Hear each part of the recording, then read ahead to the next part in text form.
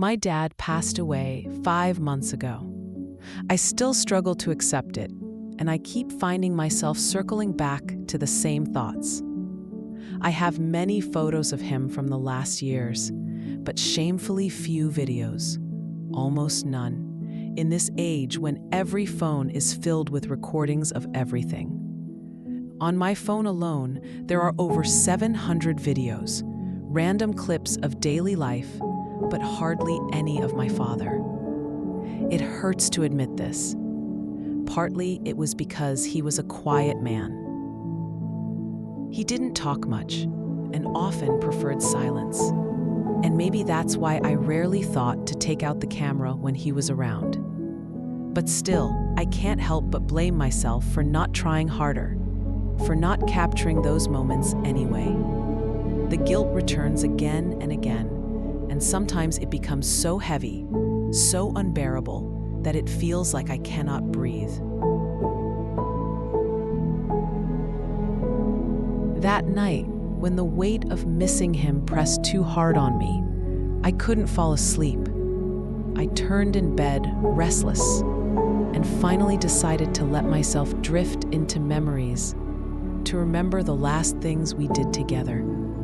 I thought about our walks, the ordinary trips that didn't seem important back then, but now shine like small treasures in my mind.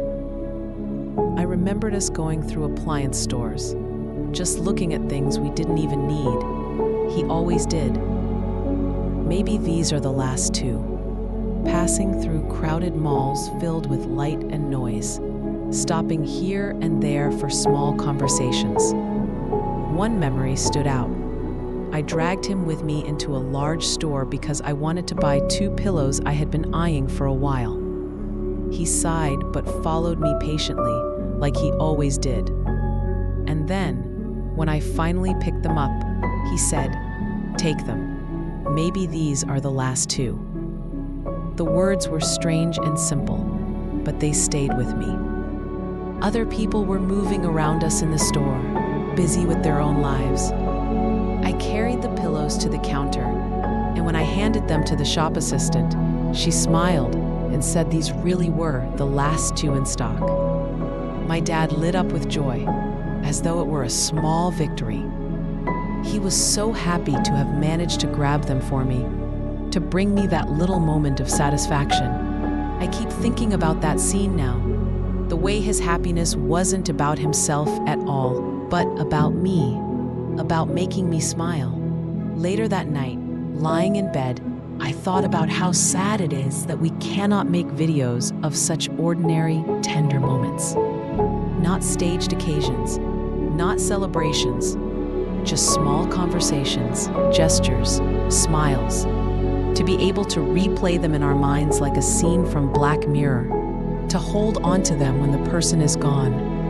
But life doesn't work like that.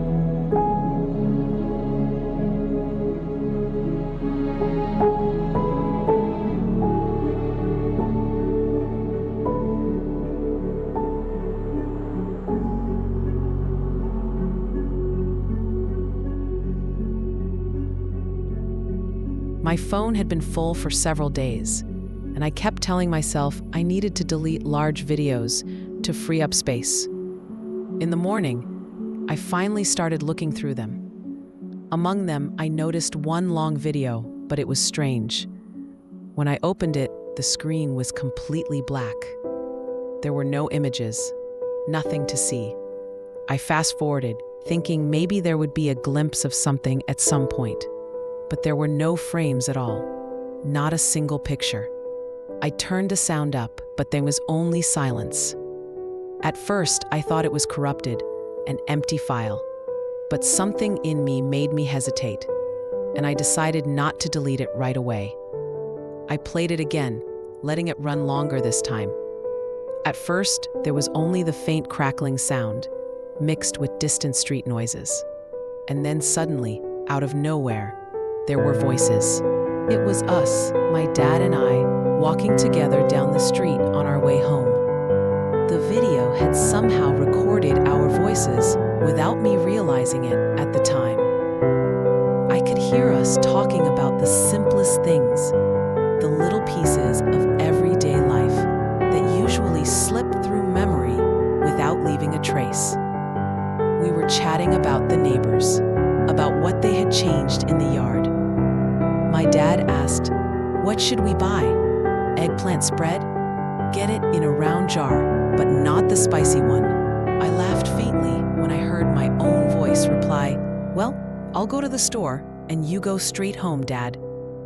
And then the sound of us saying goodbye, parting ways, his footsteps slowly fading, mine carrying on. After that, the recording went on for 10 more minutes with only the sounds of the street, cars passing, birds, the hum of life continuing. When I realized what I was listening to, I sat frozen with the phone in my hand. The recording had been made back in April of 2024, almost without me noticing, like a hidden gift left behind.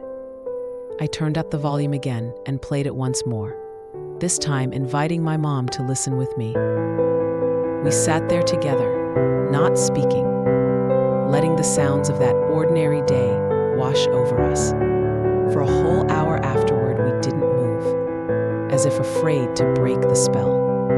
It felt like he had reached out across time, giving me this unexpected reminder that he was there, that he had been part of all these small, unnoticed moments. And this was not the first time something like this had happened.